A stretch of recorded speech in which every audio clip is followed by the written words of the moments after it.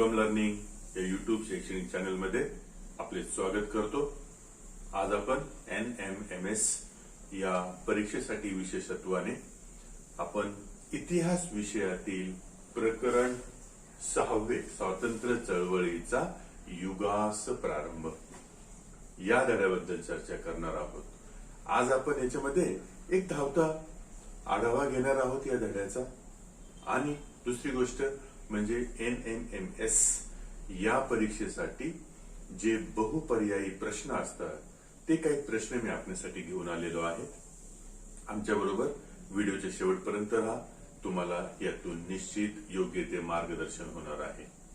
विद्यार्थी मित्रांनो, स्वातंत्र्य चळवळीच्या युगास प्रारंभ या धड्याची आपल्याला चर्चा करताना काही महत्वाच्या बाबी मी सुरुवातीस तुमच्या लक्षात आणून देतो। हा धडा जो आहे या धड्याचा जो टाइम स्पॅन आहे, जो काळ आहे त्यांनी निश्चित केलेला तो आहे राष्ट्रीय सभेची म्हणजेच इंडियन नॅशनल काँग्रेस, ज्याला शॉर्ट मध्ये INC असं म्हटलं गेलं। याच्या स्थापनेपासून ते 1920 हा जो कालखंड आहे, या कालखंडात घडलेल्या सर्व महत्वाच्या ब्रिटिश सत्तेखालील भारतातील महत्वाच्या बाबींचा इथं समावेश आहे। पुन्हा या धड्याचे आपल्याला ब्रॉडली 2 भाग करता येतील। एक भाग राष्ट्रीय सभेची स्थापना ते 1905 आणि 1905 ते 1920। आता हे 2 भाग करताना काय महत्वाचे मुद्दे मी लक्षात घेतले त्याची आपण इथं चर्चा करूया। राष्ट्रीय सभेची स्थापना ते 1905 हा जो जेव्हा आपण कालखंड पाहतो तेव्हा तो कालखंड पाहतो की भारतामध्ये ब्रिटिशांनी स्थानिक राजे राजवाड्यांची सत्ता नष्ट करून स्वतःचा एकछत्री अंमल सुरू केलेला होता। 1857चा घडलेला उठाव आणि त्याचा इतिहास ताजा असताना ब्रिटिशांनी भारतीयांवर राज्य करताना काही निर्बंध लादले होते। त्यांची भारतीयांबद्दल असणारी जी वागणूक होती ती अधिकाधिक जुलमी, क्रूर आणि अन्यायी होत होती।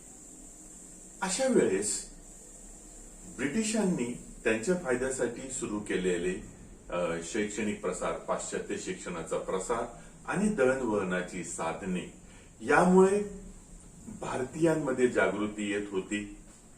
पाश्चात्य शिक्षणामध्ये असलेली उच्च मूल्ये जसे राष्ट्रवाद झाला, मानवतावाद झाला, उदारमतवाद झाला, याचे जे परिणाम भारतीय सुशिक्षित तरुणांच्या मनावर होणार होते ते होत होते। दळणवळण सुरू झाल्यामुळं जशी रेल्वे, रस्ते, पोस्ट ऑफिसेस असतील, त्यामुळं भारतीय एकत्र येऊन एकतेची भावना वाढत होती। संपूर्ण भारतामध्ये ब्रिटिशांनी समान कायदा, सर्व व्यक्तींसाठी समान न्याय सुरू केल्यामुळे भारतीयांमध्ये एकतेची भावना वाढत होती। अशा वेळेस भारतीयांचा आवाज बनणारी, भारतीय सुशिक्षित तरुणांना प्रतिनिधित्व करणारी एक राष्ट्रीय पातळीवरची एखादी संस्था असणे, राजकीय पक्ष असणे गरजेचं होतं। अशा वेळेस ही भरून काढली, ही पोकळी भरून काढली राष्ट्रीय सभेनी म्हणजेच इंडियन नॅशनल काँग्रेसनी। याची स्थापना 28 डिसेंबर 1985 मध्ये झाली, मुंबईत झाली। स्थान होतं तेजपाल संस्कृत पाठशाला, मुंबई। पहिले अध्यक्ष व्योमकेश बॅनर्जी होते। पहिल्या अधिवेशनामध्येच म्हणजे 1885च्या अधिवेशनामध्ये राष्ट्रीय सभेने ब्रिटिश सरकारकडे काही सनदशीर मागण्या मांडल्या। त्यामध्ये होता की लष्करी खर्चावर कपात करणे आणि प्रशासकीय सेवेमध्ये जास्तीत जास्त भारतीय सुशिक्षित तरुणांना समाविष्ट करून घेणे। राष्ट्रीय सभा स्थापनेमागे राष्ट्रीय एकता स्थापने, त्याच्यानंतर वेगवेगळ्या प्रांतांमधील धर्म, भाषा, जात, वेगवेगळ्या प्रकारे जी विविधता होती त्यामध्ये एकता निर्माण करणे, भारतीय सुशिक्षित तरुणांना योग्य प्रतिनिधित्व देणे आणि भारतीयांच्या वेगवेगळ्या समस्या जाणून त्याच्यावर सरकारवर दबाव आणून त्यांच्याकडून त्या समस्या सोडून घेणे, अशा प्रकारचा उद्दिष्टे राष्ट्रीय सभेने ठेवली होती. ही झाली सुरुवात.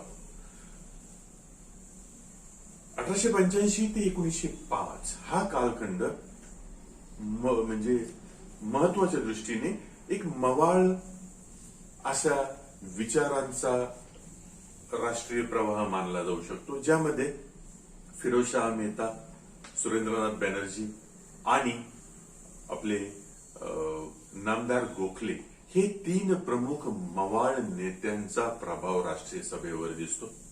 त्यांच्या मते ब्रिटिशांशी उघड संघर्षाची भूमिका न घेता त्यांना सनदशीर मार्गाने अर्ज विनंत्या करून त्यांच्याकडून काही मागण्या मान्य करून घेणे आणि भारतीयांसाठी आवश्यक जी गोष्ट होती ती म्हणजे स्वराज्य, याच्या अधिकाधिक जवळ जाणे हा त्यांचा राष्ट्रीय कार्यक्रम होता.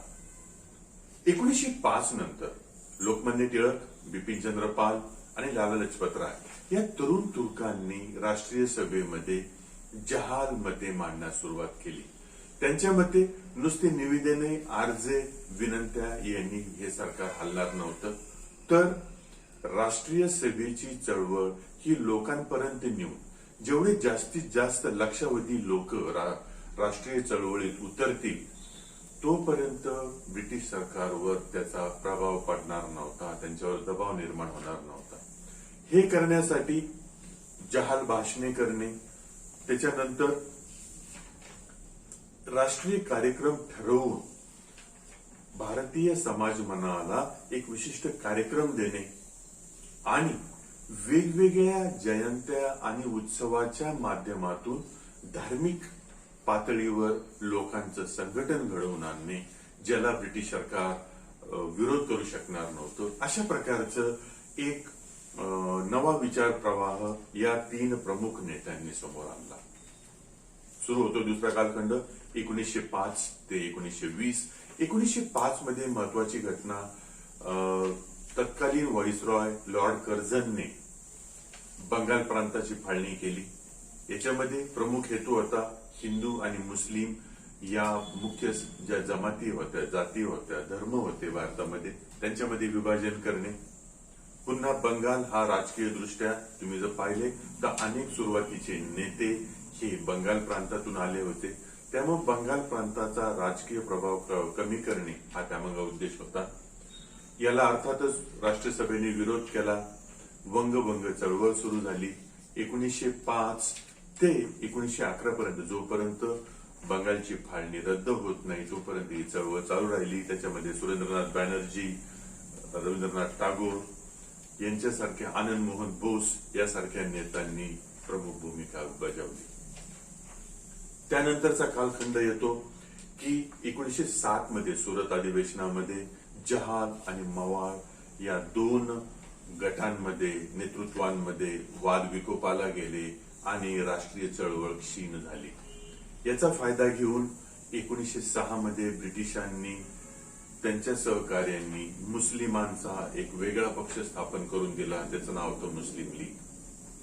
पुढे 1916 मध्ये लोकमान्य टिळकांच्या पुढाकाराने लखनौ करार झाला, ज्यामध्ये जहाल आणि मवाळ गटांचं मनोमिलन झालं आणि मुस्लिम लीगचे सहकार्य राष्ट्रीय चळवळीसाठी मिळवण्यात लोकमान्य टिळक यशस्वी राहिले.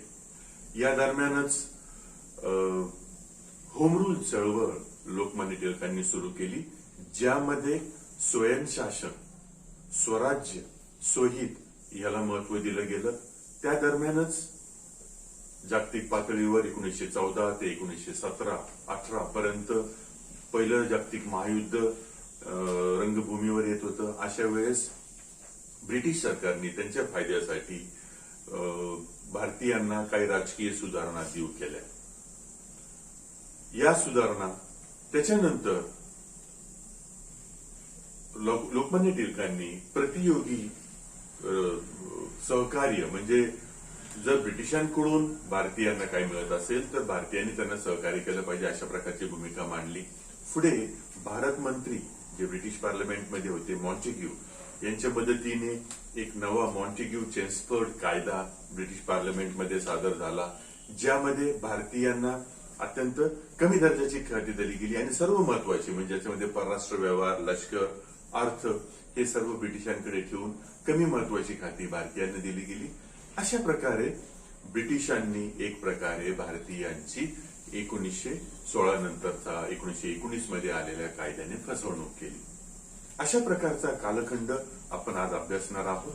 आता आपण अगदी वळतो आहोत पहिल्या महत्वाच्या आपल्या या गोष्टीकडे, ते म्हणजे बहुपर्यायी प्रश्न. बहुपर्यायी प्रश्न तुम्हाला स्क्रीनवर ब्लॅकबोर्डवर लिहिलेले दिसत आहेत. आपण ते प्रश्न आणि त्यांची काय पर्याय योग्य पर्याय आहेत ते एकदा चेक करूया. प्रश्न पहिला वाचतो आहे, पाश्चात्य शिक्षणाच्या प्रसारामुळे भारतीयांमध्ये कोणत्या मूल्यांचा प्रभाव पडला? याच्यामध्ये पहा, जी मूल्य आहेत ते दिले आहेत. 1 राष्ट्रवाद, 2 प्रांतवाद, 3 मानवतावाद आणि 4 जमातवाद. आता यामध्ये जे पर्याय आपल्याला विचारात घ्यायचे आहेत ते अशा प्रकारचे असू शकतात. ए कारण 1 आणि 2, बी कारण 2 आणि 3, सी कारण 3 आणि 4 आणि डी कारण 1 आणि 3. आता पहा, वरचे हे 4 आपल्याला मुद्दे दिलेले आहेत, मूल्य दिलेले आहेत. त्यापैकी कोणचे मूल्य पाश्चात्य शिक्षणाने त्यांचा प्रभाव वाढला ते पाहूयात. ते होते राष्ट्रवाद आणि मानवतावाद. म्हणजेच आपला पर्याय डी हे आपले उत्तर आहे. प्रश्न दुसरा, ब्रिटिशांनी भारतात निर्माण केलेल्या कोणत्या सुविधांमुळे विविध प्रांतातील भारतीयांमध्ये संवाद वाढला? 1 रेल्वे व रस्ते, 2 प्रशासन, 3 टपाल सेवा, 4 न्यायालय. ब्रिटिशांनी त्यांच्या ऍक्च्युअली सुविधेसाठी काही भौतिक सुविधा भारतामध्ये केल्या. त्या कोणत्या की ज्याने भारतीयांमध्ये वेगवेगळ्या प्रांतातील भारतीय एकत्र येण्यास मदत झाली? ते आपल्याला भौतिक सुविधा पाहिजे आहेत. पाहूयात. यामध्ये पर्याय दिलेले आहेत. ए 1 आणि 2, बी 2 आणि 3, सी 3 आणि 4 आणि डी 1 आणि 3. आपण पाहूयात, ब्रिटिशांनी भारतात निर्माण केलेल्या कोणत्या भौतिक सुविधा होत्या ज्यांनी भारतीयांमध्ये एकोपा वाढला? ते होते रेल्वे आणि रस्ते आणि टपाल सेवा. म्हणजेच आपला पर्याय डी हे आपले उत्तर आहे. पुढचा प्रश्न, खालीलपैकी कोणते वृत्तपत्र भारतीय नाही?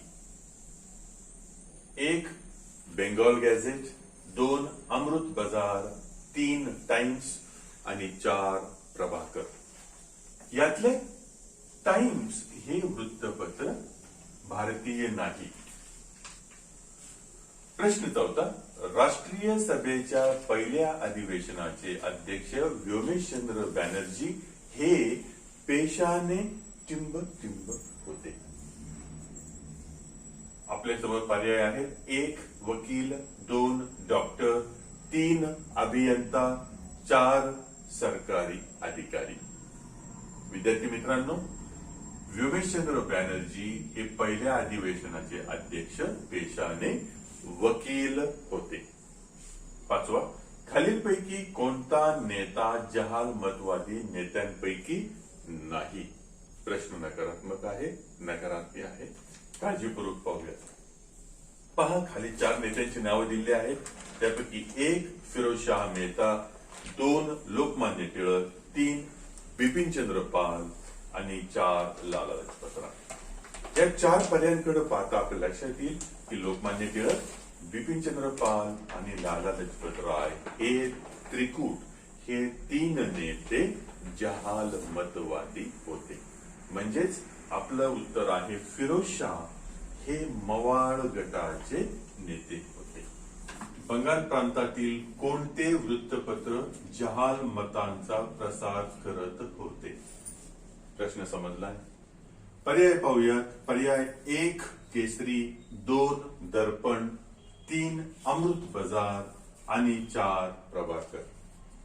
विद्यार्थी मित्रांनो, हे आपल्या स्वातंत्र्य चळवळीच्या काळातील अत्यंत अग्रणी अशी वृत्तपत्रे होते ज्यांनी समाज प्रबोधनाचं काम केलं.